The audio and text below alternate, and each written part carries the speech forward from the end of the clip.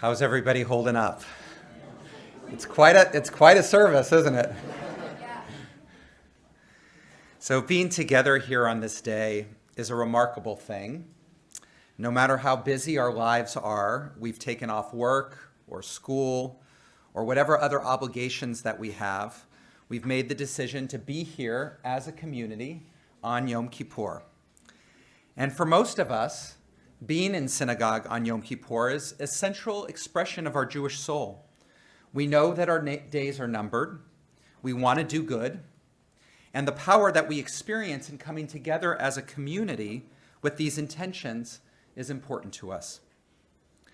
And yet, while our experience of this day can be very meaningful, the music, the ideas, the space for reflection, most of us find ourselves struggling with the same challenges year after year, the same choices and behaviors that don't serve ourselves or others. Some of us resign to the belief that some habits are just too hard to break, or that we're just too old to change.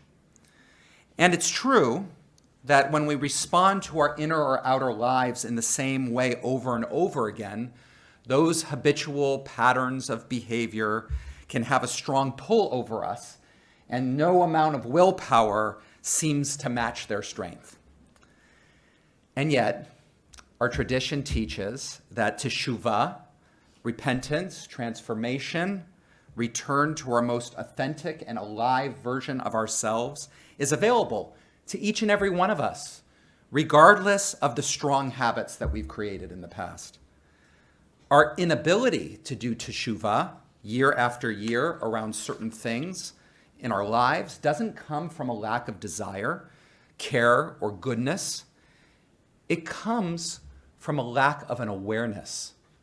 Awareness, specifically, lack of awareness of our pain. Each and every one of us knows about pain, physical and emotional. It's part of being a human being. And each every one of us does what we can to avoid it. We take pills, we don't talk with certain people, we distract ourselves. Of course we do, because pain is no fun. And while we all experience different kinds of pain due to physical elements, due to being in a relationship, to feeling alone in the world, I want to suggest that in all of it, there is a core pain, a core wound that each and every one of us carries. And our avoidance of this core pain is the foundations of all our unhealthy patterns of thought and behavior with ourselves and with others. We have this image in the Torah when Jacob wrestles with an angel and gets his hip dislocated, this core pain, this core wound. Gabor Mate, a Hungarian Jewish physician and expert on addiction and trauma, provides some deep insight into how this core wound comes about and how to respond to it. He identifies two essential needs that every human being has from the earliest age: attachment and authenticity. The need for attachment is the need for contact, connection, and love. All mammalian or ovarian infants do not survive without attachment. They need the protection of adults in order to survive in the wild. And human beings have a stronger attachment need than any other mammal, because it takes us longer to be self-sufficient. And this attachment need is expressed in the need to connect, to belong, and to be loved. We also have a need for authenticity. In order to survive, we need to be in touch with our bodies, to know what we feel, to be able to trust our gut. Without knowing what's real for us, we would not be able to be aware of and respond to the dangers in the wild or in downtown Laguna Beach on a holiday weekend. What happens if a child's attachment need is not compatible with the need for authenticity? If I'm authentic, my parents will reject me. If I express what I feel and insist on my own truth, my parents can't handle it. Parents convey these messages unconsciously all the time, not because we mean to, and not because we don't love our children, but because we ourselves were stressed or traumatized.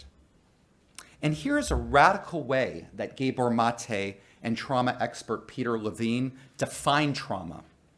We usually think about trauma as some kind of intense external event, an extreme act of violence or abandonment. But they define trauma as a particular impact of any event on an individual or a group. When a person feels the pain of having to abandon their authenticity to stay attached or connected to the people they love or to stay safe, then they're experiencing trauma, according to this definition. The external event that happens could be dramatic, but it could also be subtle, like the message from a parent that a child is not enough unless they do X, Y, or Z. According to their definition, what makes the event a trauma is if the impact results in an abandoning of one's authentic experience. In elementary and middle school, the message that I received from my mother was that I was not good enough unless I received good grades and acted in ways that she expected me to act. I didn't realize it at the time, but the pain of not being enough in my mother's eyes, just as I was with the grades that I had, hurt so much. It was a core wound, a trauma, because I could not feel my own authenticity. My own expression and creativity wasn't enough for her. And again, the trauma was not an external event. My mother loves me deeply and wants only the best for me. But the trauma was in the impact that her expectations had on me. The way she communicated her expectations and my desire to stay attached caused me to disconnect from my true self. Whether each of our own traumas or core wound or pain is connected to dramatic events or to subtle ones, we compensate by developing personality adaptations to avoid the pain. When it's subtle and happens over time, we come to believe that we are those adaptations. We identify with the personality patterns that attempt to get us what we didn't get in the first place. If we didn't get attention as a child, we might focus on getting attention as an adult. If we didn't get approval, now we want approval from others.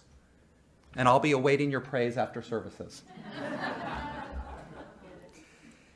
It has been a lifetime process to realize on the deepest level that my core worth is not dependent upon the evaluation or behavior of others, to instead open to the reality that every part of me, my joy, sadness, love, and fear, are all expressions of the divine image, the image of the Holy One of Being whose creation is not a mistake. And yet, when we identify with our adaptations, we cease to be vulnerable, to express our essence, because we don't know what it is anymore, and our hearts are covered over. Adaptations become our coverings and our alienation from ourselves and the world. It's also worth noticing that we live in a profoundly alienated society that validates our false self, our adaptations. We're rewarded for our compensatory mechanisms. Success is defined by the image that we project to the world, not by our vulnerabilities.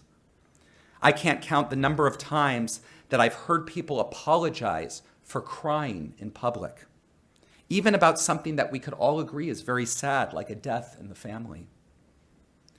If we look more closely at this discomfort with vulnerability and the behaviors that we engage in that don't serve us or others, we will find that at their core is an avoidance of pain that's usually connected back to our original traumas. Our work of teshuvah, from the Hebrew lashuv, to return, is the process of returning to the truth of who we are, covered over by the sense of self that we created in order to stay safe and connected. In 12-step programs, this process of teshuvah is called recovery. And if we're going to recover the divine expression of who we are, then we're going to have to experience the pain that led to the covering over. So how do we do this? Without a doubt, we can all benefit from some skilled professional psychotherapeutic help. I'm the first one. Many of us resist this process because of the stigma that surrounds mental health. And yet I don't believe that each one of us is meant to do this alone. But here's a path to consider. We can start with the behaviors that we want to transform. Bring deep reflection and inquiry to them. If it has to do with unhealthy addictions, with food, sex, shopping, drugs, alcohol, video games, or gambling, begin to ask, what is the pain that I'm trying to avoid through this behavior? If we're trying to change the way that we act in relationship, whether it's how we talk to other people or a lack of presence with the people in our lives, then we can ask, what is the pain that's giving rise to this behavior? If we find ourselves closing our hearts to people suffering in our community or in our world, we can choose to be present with the pain instead of avoiding it. Once we've discovered the pain that's present behind our actions, we then give it space to be part of our experience without having to change it. If we're missing a loved one, let the tears fall. If we're feeling unloved by a spouse, a child, or a parent, we feel the contraction, the emptiness that is present in the experience. In order to have enough strength to tolerate or even embrace the pain, we have to be so clear that our experiencing of it is what will lead to the growth that we are desiring. The more we take time to give our pain space, to be with it, instead of reacting against it, leading to the unhealthy behavior, then we begin to see it for what it truly is. Not a reality of our unworthiness, our unlovableness, not enoughness, or not being safe, but instead, we will connect with the original trauma that has transcended time and space and continues to live with us here and now. And in those moments of awareness, we will grow into a deeper and truer sense of who we are. There was once a king who had a magnificent collection of jewels, and he was particularly infatuated with one great diamond. And each day he would retreat into his private chambers to meditate on the perfection of the diamond, caressing its surfaces, gazing into its facets. The diamond was proof that something perfect, whole, and unbroken could exist in the world. And then one night, a tragedy. While caressing the diamond, it fell from his hands. With trembling fingers, he picked it up from the stone floor, and a long spindle of a crack appeared in the diamond, a crack running from the very top to the very bottom. And the king was horrified. The perfection of the diamond was forever ruined. He grieved over the broken jewel, the last perfect thing in all of creation. The ministers of the king, seeking to console him, brought him experts, scientists, jewelers, wizards, but all failed to repair the crack. Finally, there came one craftsman who offered, "Give it to me for 1 week, and I will make it as it was before." In desperation, the king handed the precious gem to the craftsman. And within a week, the craftsman returned. "Have you fixed it?" asked the king anxiously. "I have. It is once again perfect. In fact, it's more perfect than it was before." He handed the diamond to the king, The king lifted it to the light, and there was the crack. As it had been before, long, spindly, marring the perfection of the gem. "Do you mock me? It's still broken," roared the despondent king. "Look again," answered the craftsman, and he turned the diamond over. There at the top, the craftsman had carved a tiny rose. And now, instead of a long, ugly crack, the diamond had within it the most exquisite rose with a magnificent stem from its top to its bottom. "Here, my lord," offered the craftsman. "It's not only repaired, but in truth, more unique, more remarkable, and more perfect than before." Shana Tova, Gamar Chatima Tova.